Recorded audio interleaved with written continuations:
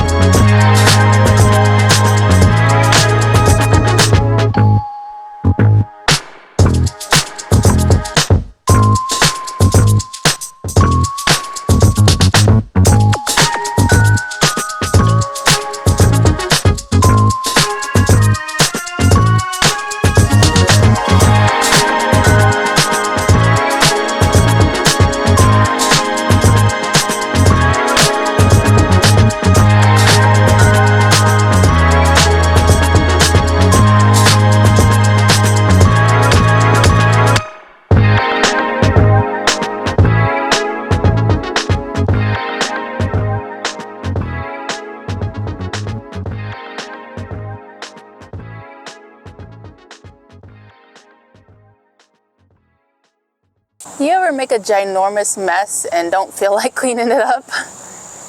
Me, all of this, I don't feel like cleaning up after myself. I just want to leave it here and go eat lunch.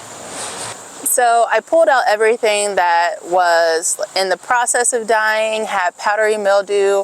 The zinnias on this farther end over here look okay, so I'm gonna give them a little bit longer in ground. I mean, I could pull them out now. It's not like a huge deal, but I'm gonna give myself a little bit more time to enjoy them.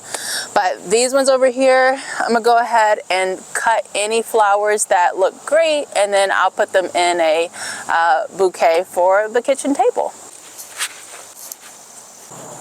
Look at this gorgeous dahlia. I think this one I broke on accident, so yikes. So this is looking like it's going to be a really puny bouquet, so I might cut some fresh flowers for it. I don't tend to like to cut my flowers. I like to see them outside on the plant. But in this case, since I'm already making a bouquet out of these guys, I'll just cut some fresh, no biggie.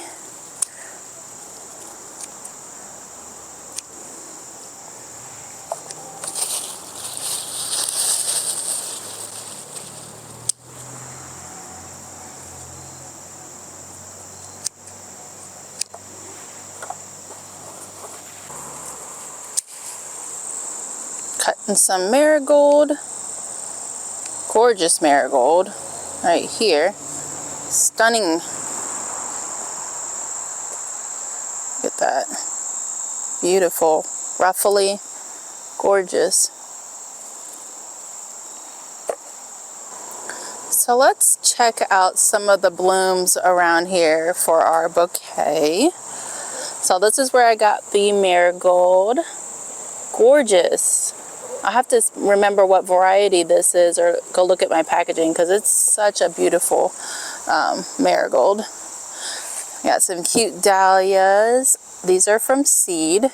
When you grow from seed, you don't really know what you're going to get, but I'm definitely saving seed from these guys, so I'm not going to cut them. I want them to go to seed for me. Here's some red dahlias. Oh, that's so cute. Cute little plant. Got some yellow dahlias back there. There's a another pinky one up there. Gomphrena, looking gorgeous. I can cut some of this. These are good in bouquets. And there's the other zinnias. Some of them look, they're on the edge. That's for sure. But I'm gonna leave those guys up and cut some more flowers.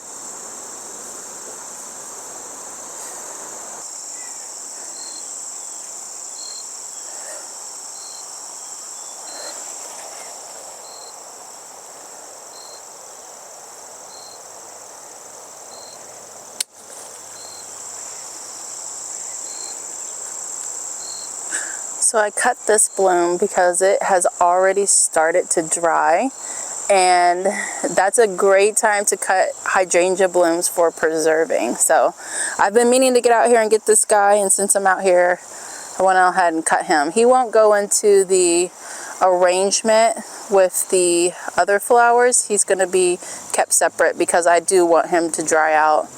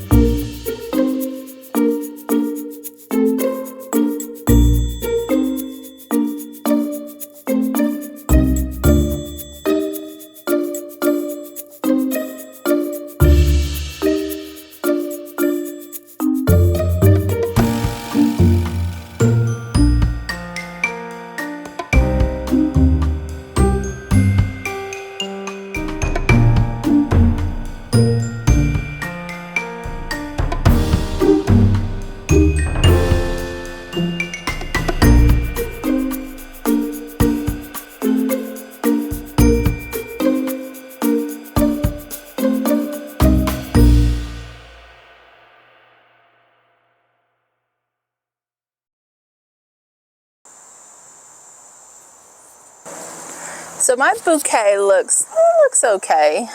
It's what I would call a grab and go. Wasn't planned, and it looks like it wasn't planned. It's not my strong suit. I can grow the flowers. I just don't have the, I just haven't exercised that muscle enough. And that's because I like my flowers outside. I like to see them outside.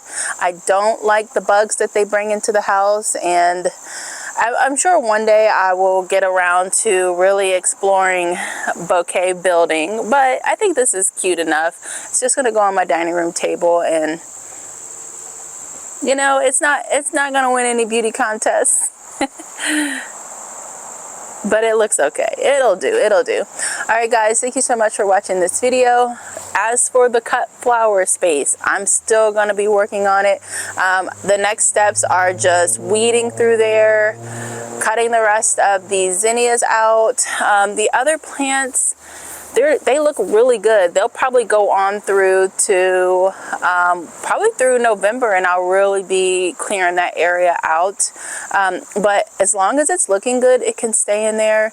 Once everything is gone, though, that's when I'm going to be making sure I have no weeds there, building the raised spaces in that bed. I want it to kind of stagger down, and then adding the compost from the chicken coop that's been composting, or chicken run that's been composting for months. I'm going to take that, put that in there, and then I'm going to go and get some mulch. We have an area here in town where we can get free mulch, so I'm going to get tons of that and then layer that mulch up there, and then that bed will be that's when that bed is put to sleep until next year.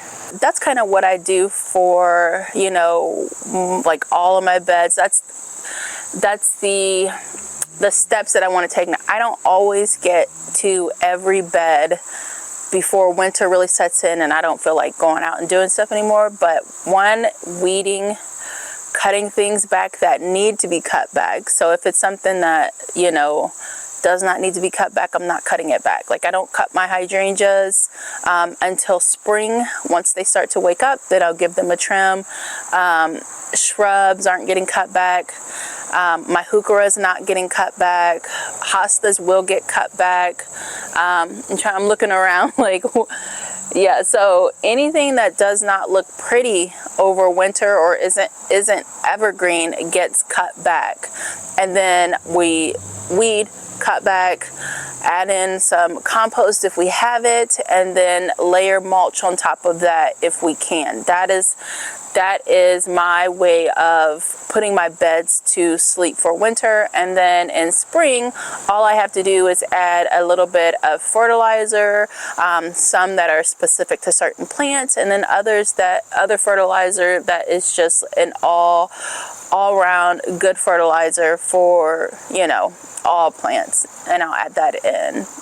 But yeah, all right guys, let me know if you have any questions about anything, and I'll see you in the next video. Bye.